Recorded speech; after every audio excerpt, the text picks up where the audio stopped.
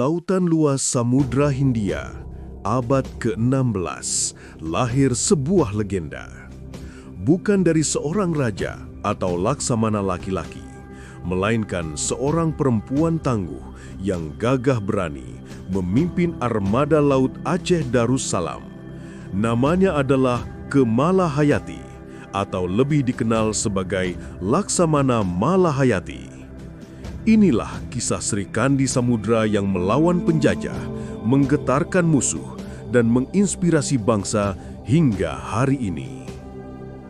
Kemalahayati lahir sekitar tahun 1550 di Kesultanan Aceh Darussalam dari keluarga bangsawan militer. Ayahnya seorang panglima perang, sementara kakeknya adalah laksamana besar yang disegani. Sejak kecil, Malahayati tumbuh dengan semangat kepahlawanan dan kecintaan pada laut.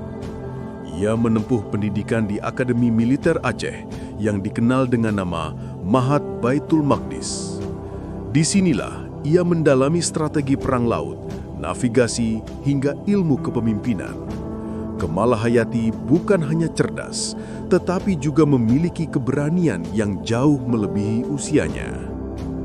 Malahayati menikah dengan seorang perwira laut Aceh. Namun kebahagiaan itu tak bertahan lama. Sang suami gugur dalam pertempuran melawan armada Portugis. Duka mendalam justru menguatkan tekadnya. Ia bersumpah melanjutkan perjuangan sang suami, bukan dengan air mata, tetapi dengan pedang dan semangat juang. Tragedi ini menjadi awal terbentuknya sebuah pasukan legendaris, Inong Bale, pasukan khusus yang beranggotakan para janda pejuang.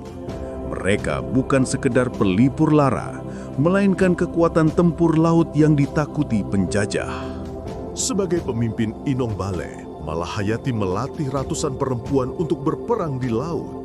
Mereka belajar berlayar, bertempur, dan mengatur strategi angkatan laut. Dengan semangat yang membara, pasukan ini berubah menjadi armada tangguh.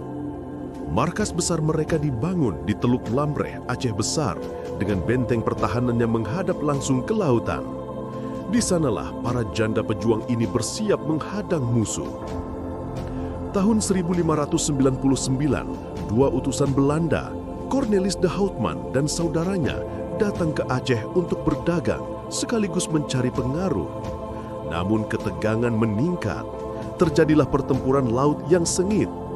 Dalam pertempuran itu, Malahayati memimpin langsung armadanya. Cornelis de Houtman tewas di tangan pasukan Aceh, sebuah pukulan besar bagi Belanda.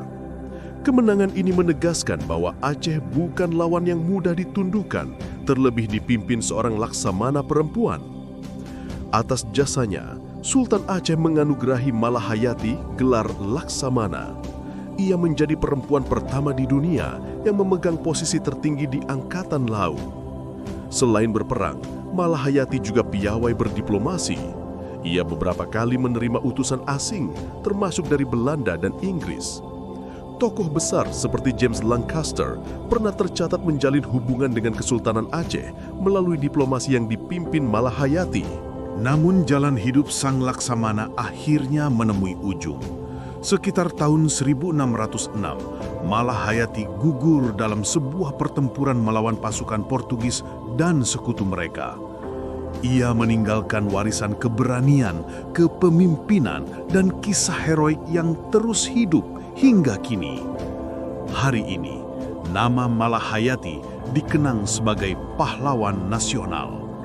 Namanya diabadikan menjadi nama jalan, pelabuhan, bahkan kapal perang Indonesia. Ia adalah simbol keberanian perempuan, bukti bahwa kepemimpinan dan cinta tanah air tak mengenal gender. Inilah kisah Laksamana Kemalahayati, Sri Kandi Laut dari Aceh, pahlawan yang lahir dari duka, berjuang dengan cinta, dan abadi dalam sejarah. Jika Anda menyukai cerita ini, dukung terus Historic Foothold dengan menekan tombol like, share, dan subscribe agar kami bisa terus menghadirkan kisah-kisah sejarah yang menginspirasi dari seluruh dunia. Sampai jumpa di cerita sejarah berikutnya hanya di Historic Foothold.